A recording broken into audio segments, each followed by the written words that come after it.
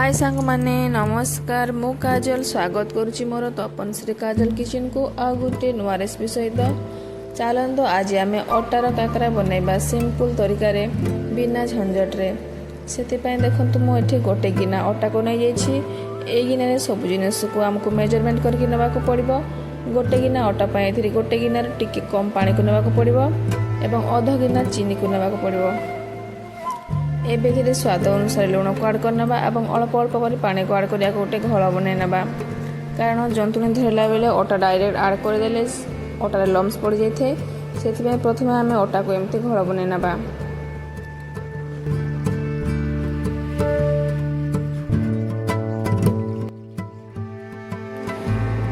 देखंतु एबे हमर अटार घोल रेडी होगा एमती टेक्सचर होगा दरकार।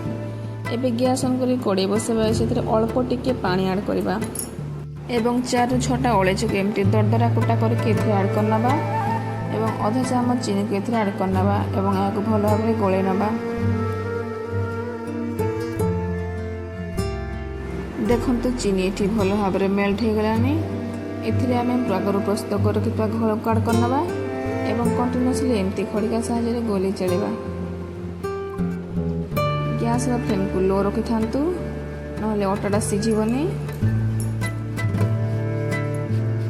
देखो तो धीरे धीरे कर सीझी आसला आउ टिके बाकी अच्छी।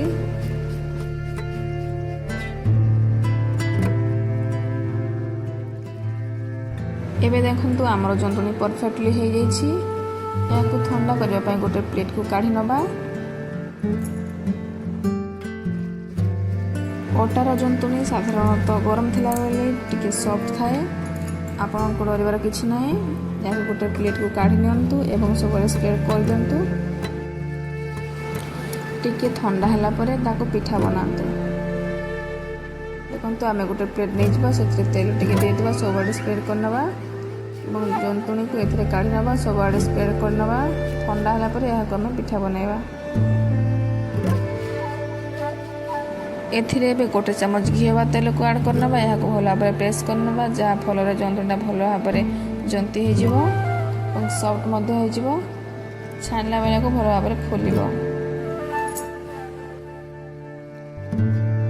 एबे यहाँ अल्प टिके ठंडा हो गला। एबे चलते यहाँ पिठा बनैबा। हाथ में एमती तेल टिके नहीं जावा एवं अटा को छोट छोट गोला कर एमती पिठा सेप देवा। यदि आपन द्वारा पिठा होनी यहाँ को रुटी बेलला पर बेली ग्लास में काटि पारिबे बा गिनारे। देखंतु नहले एमती बनबा तले टिके तेल नै नबा बेलना पिढ़ा बा एमती फ्लोर को सफा कर सबले करंतु तापर एमती सेप दे देबा। देखंतु एबे रेडी हो गला हमर अटा काकरा। एमती सब काकरा गुडू का मैं बनाई नबा।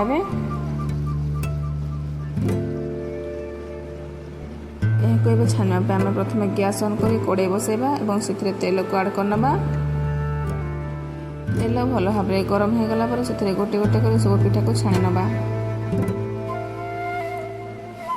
देखंतु पिठा गोटे पटरो हो गलानी। याको अन्य पट को उल्टे नबा। दुई पटरो उल्टो पलटो करी याको भलो भाबरे छानि नबा। एबे याको गोटे प्लेट को काढी नबा। देखंतु मुझे सब पिठा गुड़ा को एमती छाणी नहीं एमती थे आपण माने घर निश्चय बनातु कम जिनिस कम समय बिना झंझट। देखंतु मुझे पिठा को एमती फाड़ी देखा ऊपर को एमती क्रिस्पी होती भितर एवं सॉफ्ट होती। यह गरम थिला बेले अटा पिठा प्रायतः नरम होता है। या किसी डरबार ना ठंडा हो गला पर यह सेट हो। जदि आपण मानक मो रेसिपीटा भल लगी मो चैनल को लाइक सब्सक्राइब शेयर कर दियंतु। जय जगन्नाथ।